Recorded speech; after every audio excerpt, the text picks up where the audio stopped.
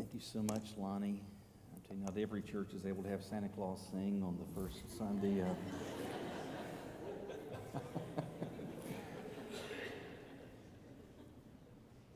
Really, thank you, Lonnie. I have been driving. I did the math the other day. I have been driving. I've had my license now for 31 years, which sounds like a while. I guess it is. And I'm grateful that in 31 years, I do not have, and I have never received a speeding ticket. So that's great. Never been pulled over for speeding. That doesn't mean, however, that I have never had any tickets. I've actually had two. The first was part of a group I had gone with on this mission project while I was in college over spring break. We were in Florida, and part of our group had gotten separated. In St. Augustine, you can drive on the beach there. The beach is so wide. And long story short, we'd gotten separated, and I was driving the van, and this cop in St. Augustine turns his siren. I'm going like 6 miles an hour, maybe. He turns his lights and siren on to pull me over for driving the wrong way on a one-way beach. So anyway, that was my first ticket, driving the wrong way on a one-way beach. And so I didn't like that one. The other one is one that I got years ago when I was in Charlotte. It was on a Wednesday. I had left late in the afternoon. I was going to go home long enough to get something to eat to come back for the evening services that we were having. And so traffic was bad. I was going to cut through this neighborhood. And apparently this neighborhood had been complaining to police about people speeding in the neighborhood. And so thankfully I was not speeding, but apparently this neighborhood was just crawling with officers that were trying to catch traffic violators. And I got to this stop sign, and I go through it, and then this Charlotte-Mecklenburg police car pulls me over and writes me a ticket for failure to come to a complete stop at a stop sign. I wound up going to driving class so that I would not have that show up on my insurance and cost me even more. But it was frustrating because these are all true statements. It's not that I didn't hit my brakes as I approached the stop sign. I did hit my brakes. It's not that I didn't pay any attention to the sign. I did. It is also true that I didn't mostly stop. I mostly stopped, but I got a ticket because I didn't come to a complete stop. I just kind of stopped. I just kind of stopped, but I didn't stop long enough. Didn't pause long enough. Today we're going to wind down a series that I've been calling Waiting on God, and it's built on this premise that likely already, if you have a relationship with the Lord, you've come to discover. And that is that there are instances where if you take your relationship with the Lord seriously, you're going to be asking God to work in some particular way. You're going to say, God, I need you to show me what I should do at this crossroads of decision. God, I need you to provide this opportunity. God, I'm asking you to work in this particular way in my body or in the body of someone else. I'm asking you to show me how to navigate this relationship, what I should do. A million different things that you could be praying for. And you have asked God, and so once you've asked, you just say, okay. And you're aware of the fact that when you ask things of God, it's in many ways like our experience when we ask things of other people as well. Sometimes you do have to wait. I mean, either the timing is not right, or there are other things that are going on. There's things that need to be done first. And so you understand sometimes in life I need to wait. If you've been to the store over the past few days, though, as Christmas shopping has begun in earnest, you realize that you're not going to get immediate service. You're going to have to wait. You understand that. And here's the thing. What will happen many times is that we will begin the process of waiting. We'll say, I know that God wants me, and because I want him to work, to move, to open this door, to show me the next step, to do whatever. I want him to do something. And so you begin the process of waiting, but then you start looking at your watch, and you've been waiting. And what happens after you've waited for a while? We get to the point where we say, I've waited enough. I've waited enough. And then we decide, I'm just going to go ahead and do something because I've waited long enough. I've waited long enough. And we do that with each other, but we can also do that in our relationship with God. And let me say this. If you are waiting on God to do something, if you are waiting on God to do anything, whatever that you do, however it is that you act, when you don't wait on him, will always, always, always be inferior to what he would have done. It just will be. It just is. So today we want to think about this question. What leads me, or what may lead you to give up waiting on God? So you'll wait, I'll wait, we'll wait for a little bit, but what leads us to say, okay, time's up, I'm going to go ahead and do something? What leads us to give up on that and finally just act without waiting on Him? Look with me in your Bibles today to 1 Samuel chapter 13. 1 Samuel chapter 13. We're going to be picking up in verse 8. And this, we're going to get the rest of the story here in just a moment. But 1 Samuel chapter 13, verse 8 says that Saul waited 7 days for the appointed time that Samuel had set. So we've got somebody that's waiting. But Samuel didn't come to Gilgal, and the troops were deserting him. So Saul said, "Bring me the burnt offering and the fellowship offerings." Then he offered the burnt offering, and just as he finished offering the burnt offering, Samuel arrived, and so Saul went out to greet him, and Samuel said, "What have you done?" We're seeing here something that isn't new. This has been going on for a long time, and it's still going on today, where people who know and walk with God, they wind up waiting on God, but they give up. What leads us to that point? What leads us to act like Saul did, and we say, "I'm just not going to wait anymore"? Well, based on what we see here, I think there's a couple of reasons, and the first is this. We view some waiting as sufficient. We view some waiting as sufficient. Likely you can tell we're picking up a larger story that we've only picked up just a segment of, so let me give you the broader context. As you see, verse 1, we're told that Saul is 30 years old when he became king, and he reigned 42 years over Israel. It is very early in his reign as the king, the first king of Israel, and things are going pretty well. In fact, what has happened, what we've just read, is that they've just experienced their first military victory. What had happened, if you see, starting in verse 2, that Saul chose 3,000 men from Israel for himself, and so 2,000 were going to stay with him, and 1,000 were going to go with his son Jonathan, and they were going to camp out in Gibeah, and they were supposed to, according to verse 3, Jonathan was going to attack the Philistine outpost. There was a garrison in the city of Geba, and so 1,000 were going to attack, and then Saul had his 2,000 soldiers, and they were going to block any escape. And so if you attack and then you block the escape, what do you have? You've got a slaughter.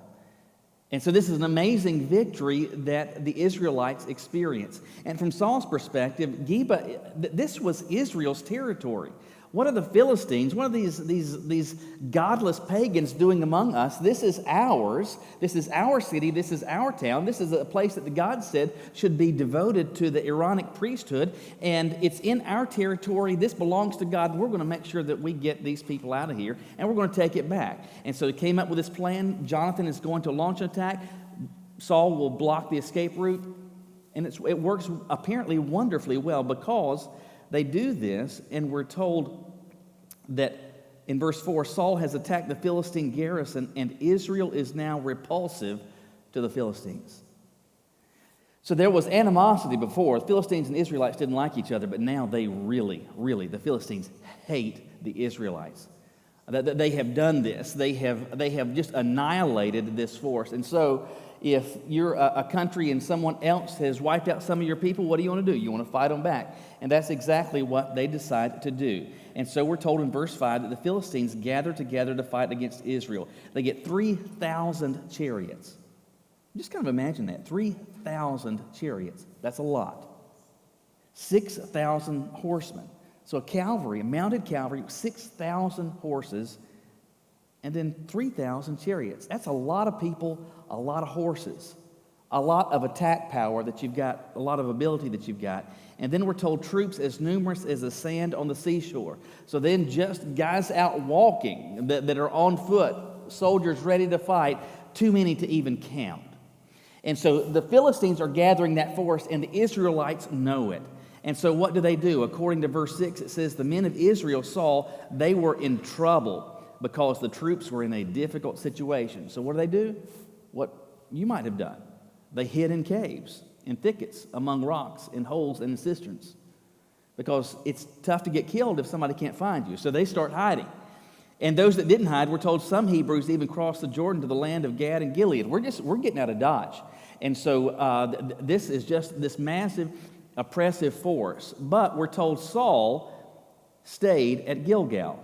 And all the troops that were with him, they were gripped with fear. And he waited there for 7 days. Pay attention to verse 8. He waited there 7 days for the appointed time that Samuel had set. Well, what's that talking about?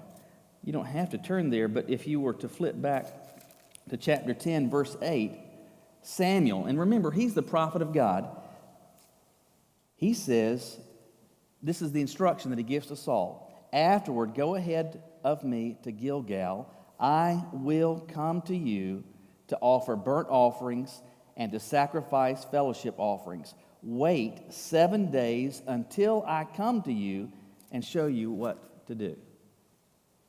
Why is Saul still hanging at Gilgal? Because Samuel, the prophet, the priest of God, said, stay there 7 days. And in 7 days, I'm going to show up. There's these offerings that need to be given. There's this sacrifices that need to be rendered. I'll show up, I'll do that, and then I'll give you the instructions that you're supposed to do next. Now, it's not just that Samuel is functioning as priest for the people, but he's also functioning as the prophet. And the prophet's primary responsibility is what? To operate as the mouthpiece of God to the people. And so as Samuel is giving this instruction, who is this instruction coming from? It's coming from God. And so God is saying to Saul, go to Gilgal and wait for 7 days until Samuel shows up and offers these sacrifices. So that takes us back to what we've read. Verse 8, Saul waits 7 days. 1 day, 2 day, 3 day, 4 day, 5 day, 6 day, 7th day. Gets up on the 7th day. Now keep in mind, each day that's passing, what's going on with the Philistines? They're getting more soldiers together. More people are showing up. More horses, more cavalry, more chariots are showing up. This army is getting bigger and bigger and bigger. The threat is growing, understandably. And if you were in Saul's shoes, you would have also been thinking, man, I'm getting kind of concerned. My enemy is getting stronger and stronger and stronger. And what's happening to our people? They're getting more and more afraid. People are deserting. They're going across the river. They're hiding in caves. They're digging foxholes and just hiding for cover. There's all of these things that they're doing. Something needs to happen. I'm going to wait. I'm going to wait. And he waits, we're told, for 7 days. But finally, day 7 starts. It looks like it's midnight 01. So it's just into the 7th day, and so Saul does what? He says, bring me the burnt offerings and the fellowship offerings, and then he offers them. Who was supposed to do this? Samuel was supposed to do this. Does Saul know that? Yes, because Samuel, the prophet of God, said, go there, wait 7 days, I'll show up, I'll do this, and then tell you what to do next. Does Saul wait? Yes, he waits. But does he stop waiting? He does. And is verse 10, just as he finished offering the burnt offering, Samuel arrives. Church is just let out. We've just finished this, and then the prophet shows up and asks a simple question. What have you done? Saul's response was, when I saw that the troops were deserting me and you didn't come within the appointed days and the Philistines were gathering at Michmash, I thought, well, the Philistines will now descend on me at Gilgal, and I haven't sought the Lord's favor. I've got to do something. So I forced myself to offer burnt offerings. Don't you love that? I didn't want to do it. I just held my nose and I just did. I forced myself to do it. He didn't force himself to do it. He got scared to death. He was waiting, and finally got to the point where he decided this. I have waited, and even though I haven't waited until Samuel has shown up, the waiting that I have done, that is sufficient. Now, there's a principle that is at work there that sometimes we see at play in various other instances in life. Let me give you an example. I am not a golfer. I'm not. Caroline and I have been married for 18 years. I played golf twice. I played more before we got married, but it is not a poor man's sport. And if you've got 6 kids, you can't be going golfing anyway. So But I do have a set of clubs that I had bought at the pawn shop, and they're still out in the shed, and I've been twice. Anytime I've gone, I enjoy it. I really do. And it's nice because I'm such a horrible golfer, I don't get mad. I'm not frustrated because I know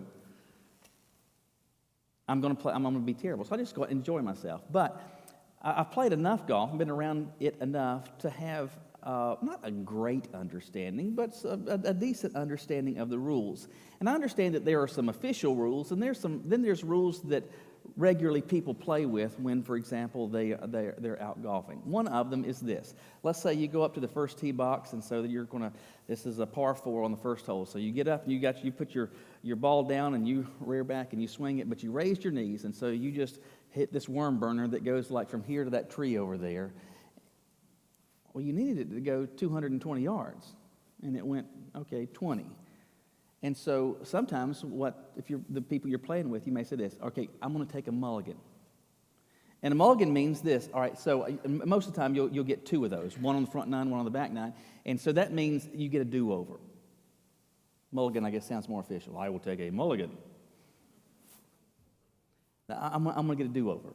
And so you'll just do it again, and hopefully do better when you hit that. So it's called taking a mulligan. The other is something that happens not in the tee box, but over on the green. And that is that you have finally got the ball up onto the green, and let's say the hole is right here. And so you have putted, and the hole is right here. You get the ball to here. So a lot of guys playing will say, okay, that's within 1 putter's length away. You don't have to, we'll call that a gimme. So you don't actually have to put it in the hole. You just trust that it would go in there. I appreciate those because most of the time I missed that shot. And so, but you say, I'm just get 1 stroke. Well, I'm not going to even hit it in the hole. I've got it close enough. I'm going to call that a gimme. I didn't actually get it there. Didn't actually put it in the hole, but I got close. In fact, I got close enough. We can take that same principle and apply it to our relationship with God, and we can find ourselves in whatever the specifics are of our circumstance.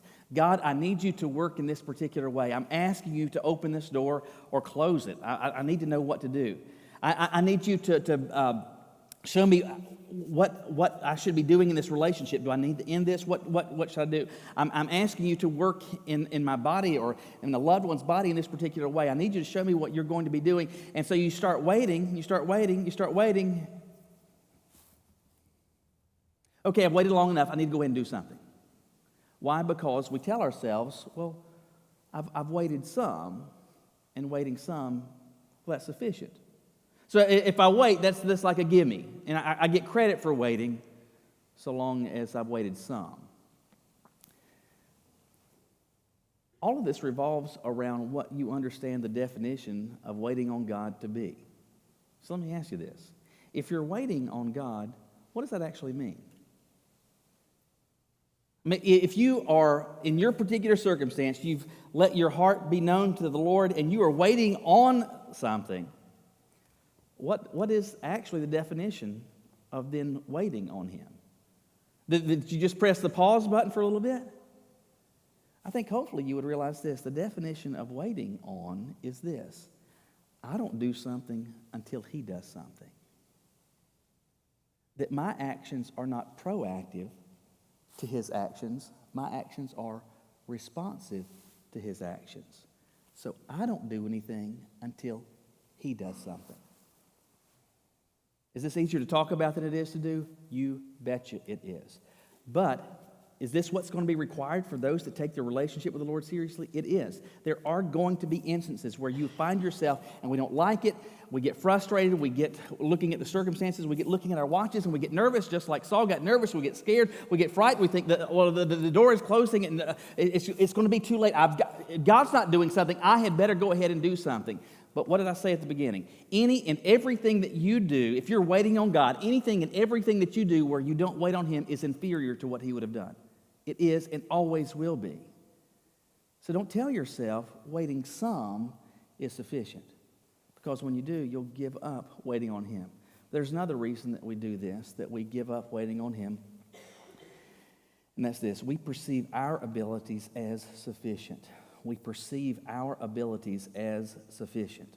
All right, so there is this massive threat at the welcome mat to Israel. This massive army.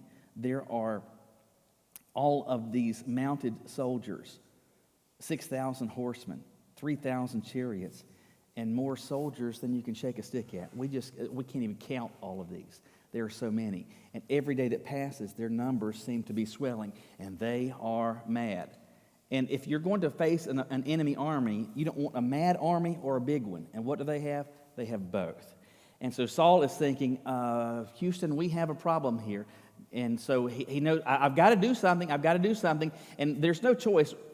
There's no option. We are going to have to fight. We're going to have to do something. But before we go, as God's people, into battle, Saul understood, and he was correct about this, we need God's blessing. Notice he says,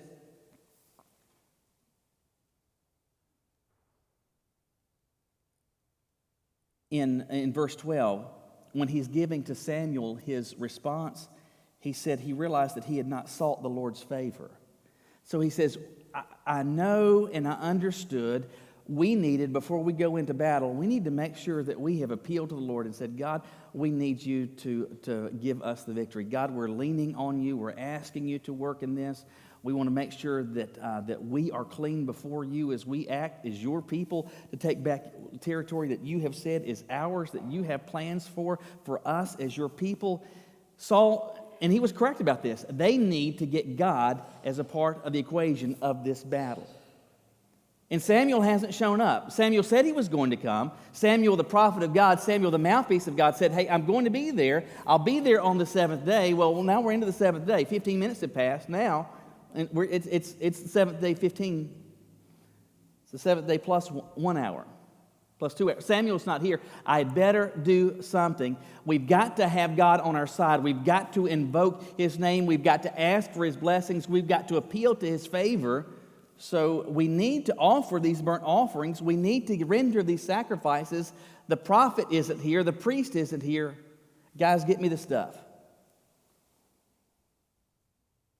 Bring it.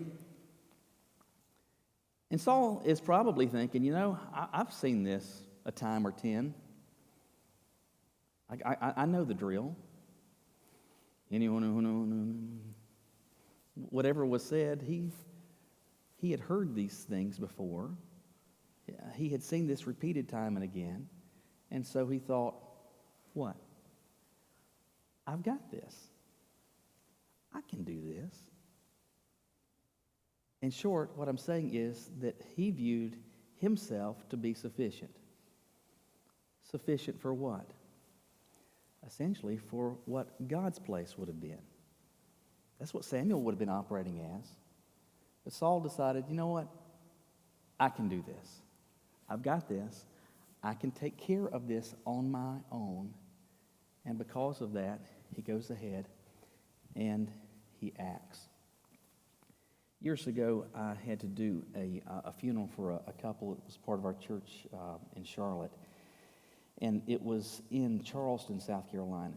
And it was a location wedding. And if you're not married but planning on getting, don't do a location wedding. I'm just telling you, they're stressful. They're stressful. And I remember it was on Mother's Day weekend, and it was record heat in Charleston, and it was an outdoor wedding. So you can imagine how miserable it was.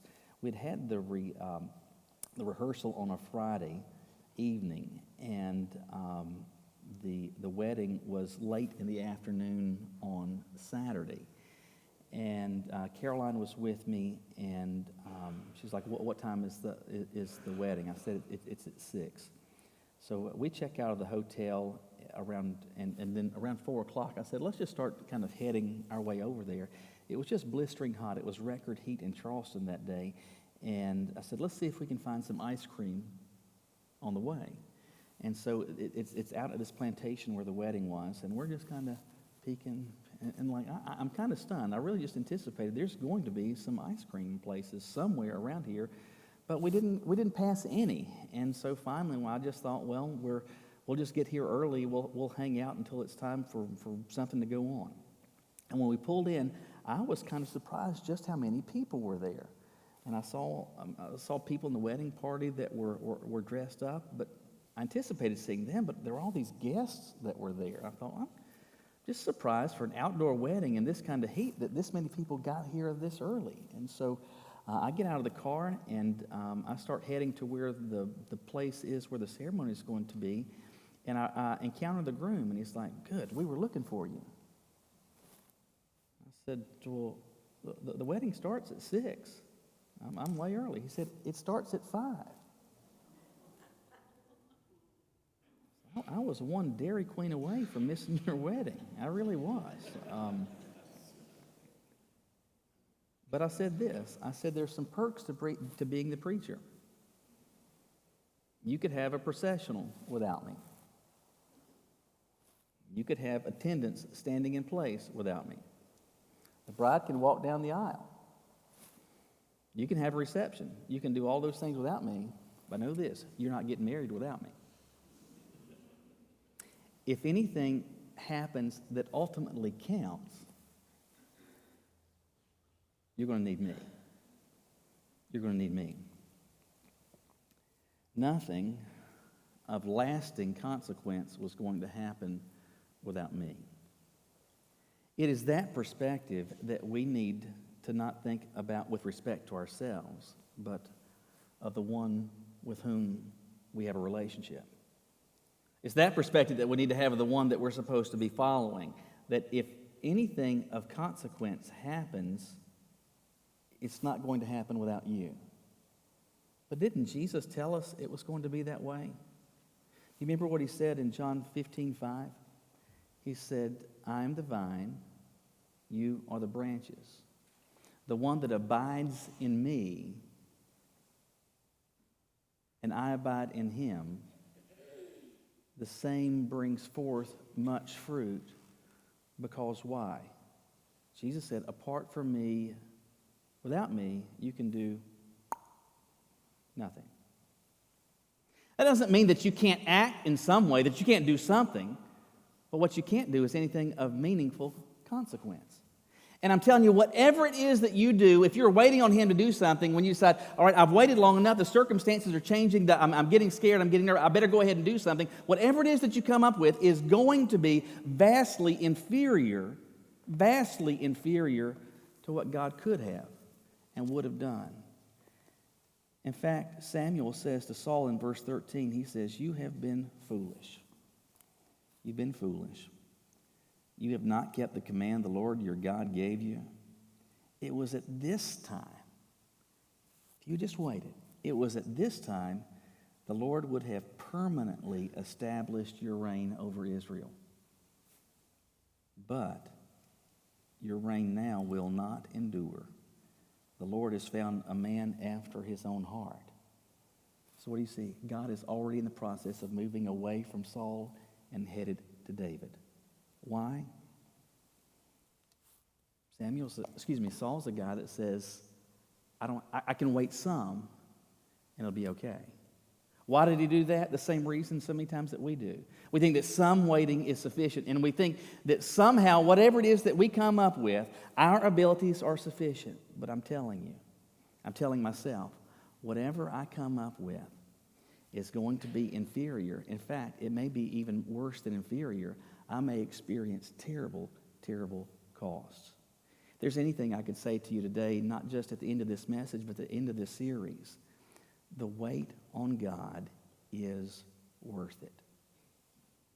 The wait on God is worth it. Will you bow your heads with me?